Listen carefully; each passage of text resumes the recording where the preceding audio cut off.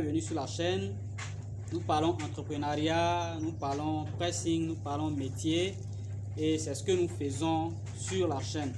Alors, est-ce qu'il est nécessaire ou important d'avoir plusieurs pressings? Est-ce que vous avez la capacité de gérer plusieurs pressings? Est-ce qu'il est facile de gérer plusieurs pressings? Beaucoup d'internautes ont demandé à savoir s'ils pouvaient créer plusieurs pressings en même temps et j'ai tenu à répondre un peu à ces différentes personnes. C'est vrai, nous sommes dans le métier, nous exerçons depuis pas mal de temps et donc nous avons été confrontés à un certain nombre de difficultés qui, ma foi, nous ont appris beaucoup de choses. Si vous n'êtes pas confronté à des difficultés, vous n'allez pas apprendre beaucoup de choses. Donc en ce qui concerne la question d'ouvrir plusieurs pressings, c'est vrai, il faut dire que nous sommes dans l'entrepreneuriat, nous cherchons à gagner plus et donc on s'est dit que plus d'entreprises va générer plus d'argent, ce qui n'est toujours pas le cas parce qu'on peut faire faillite parfois. Donc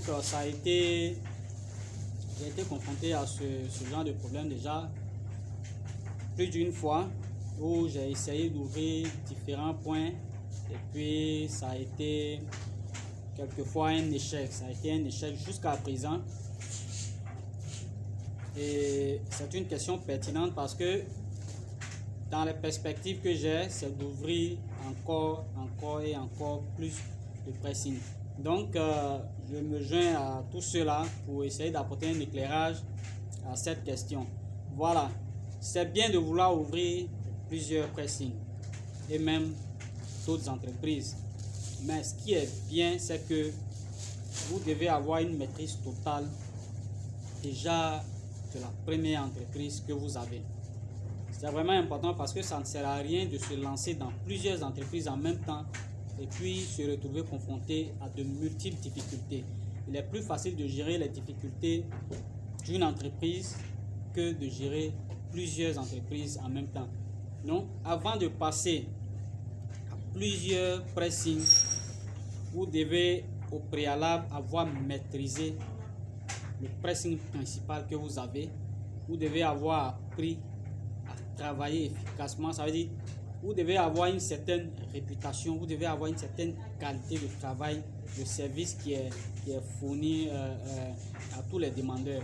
Et puis vous devez avoir mesuré le potentiel de la ville là où vous vous trouvez. Si vous sentez que vraiment la demande est là, vous pouvez vous lancer dans une aventure de diversification. Mais je tiens à le préciser, vous devez avoir une longue expérience sur le terrain.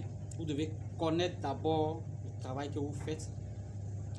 Vous devez connaître les difficultés qu'on peut rencontrer dans le travail. Et puis, vous devez avoir eu à apporter des solutions à ces différentes difficultés. C'est après tout cela, ça peut prendre beaucoup de temps. Sinon, vous pouvez avoir l'argent et puis vous venez vous ouvrir plusieurs pressings en même temps. Cela ne garantit pas le succès de tous les pressings que vous allez ouvrir, quelle que soit l'entreprise dans laquelle vous allez investir. Si vous vous mettez à ouvrir plusieurs en même temps, sans connaître le marché, sans maîtriser le secteur d'activité en question, il est clair que vous n'allez pas aller loin. Donc, prenez le temps. Un entrepreneur, c'est quelqu'un qui est patient. Je ne sais pas si vous êtes entrepreneur ou vous voulez juste gagner de l'argent, parce qu'il y a une différence entre les deux. On en parlera dans une autre vidéo. Mais un entrepreneur, c'est quelqu'un qui apprend surtout. Là, j'insiste dessus, il faut apprendre. Les jeunes veulent gagner l'argent rapidement aujourd'hui et ils pensent que dès qu'ils ouvrent un pressing ou une entreprise bien donnée, l'argent va commencer à couler et puis après quelques temps, ils se retrouvent face aux réalités et beaucoup abandonnent. Donc, il ne faut pas aller à l'entrepreneuriat avec cet état d'esprit. Il faut être prêt à bâtir quelque chose de solide et de durable. Sinon, vous allez vous retrouver très rapidement face aux difficultés. Ça a été mon cas quand les affaires ont commencé à marcher un peu. Voilà, j'ai voulu faire en même temps plusieurs pressings et ça a été un échec parce que je ne maîtrisais pas encore comment gérer plusieurs pressings.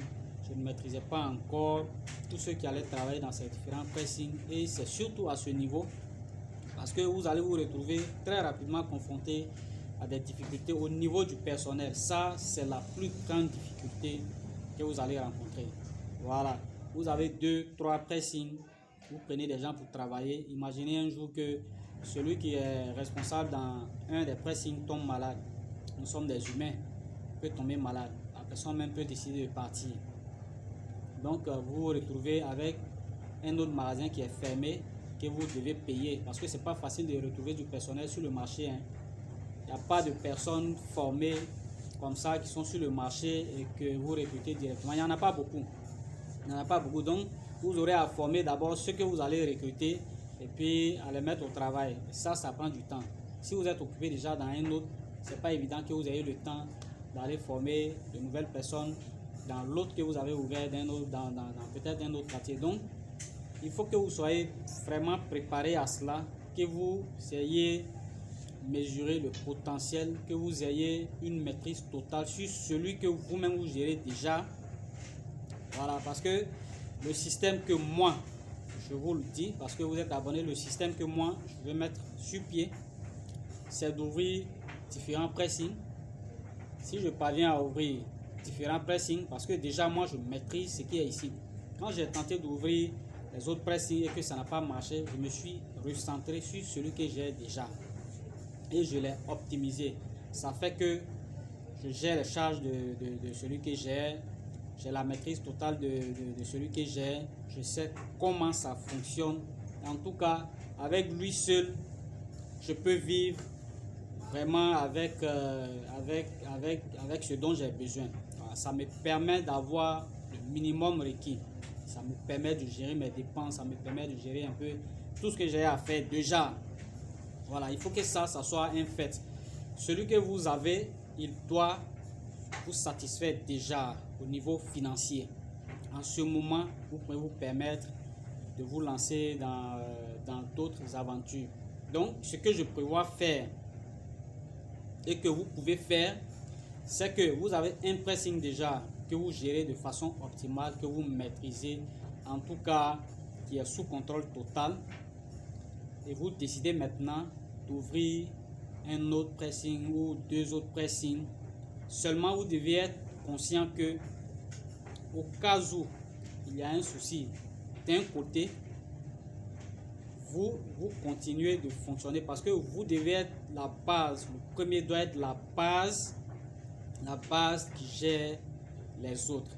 De sorte que quand il y a quelqu'un qui n'est pas présent d'un côté, vous pouvez prendre ce qui est là-bas, vous le traitez à la base et puis vous redisposez ces vêtements dans l'autre pressing afin que les clients de là-bas puissent le retirer. En quelque sorte, ça doit être des points d'appui, des points relais. Je les appelle comme ça. Voilà, moi je les appelle comme ça, des points relais.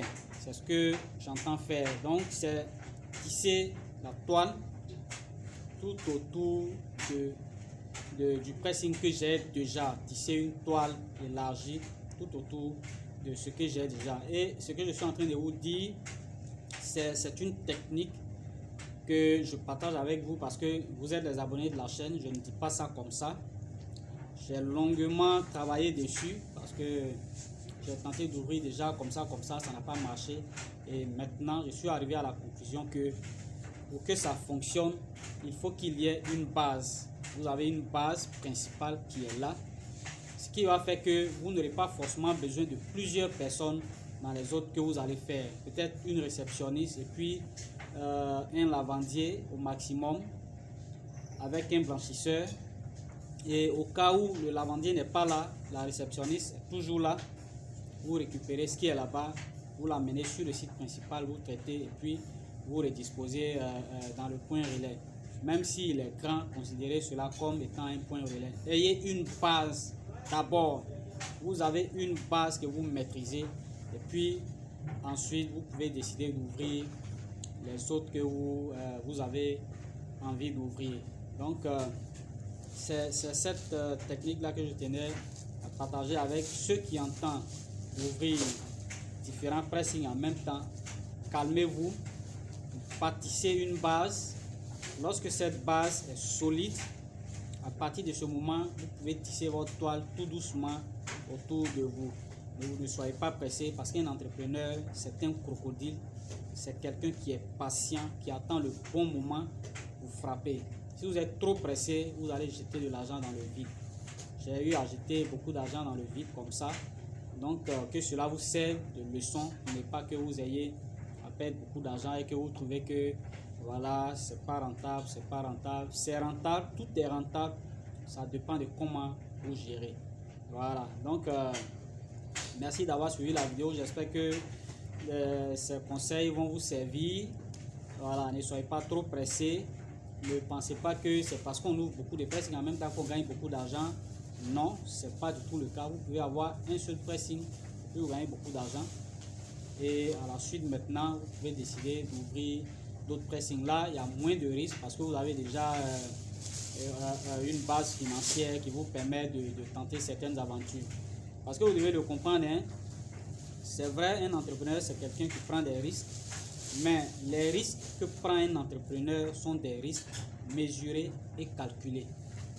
Voilà, vous devez apprendre à calculer et à mesurer le risque que vous voulez prendre. Tous les risques ne sont pas bons à prendre. Il y a des risques desquels on ne se retourne plus jamais. Donc, mesurez les risques que vous voulez prendre quand vous êtes entrepreneur avant d'investir. Voilà, donc je tenais à vous partager cela. Et puis, bien des choses à vous.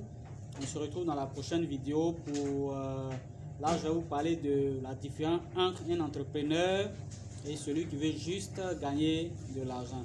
Voilà, donc on se retrouve prochainement pour cette thématique. Merci à vous.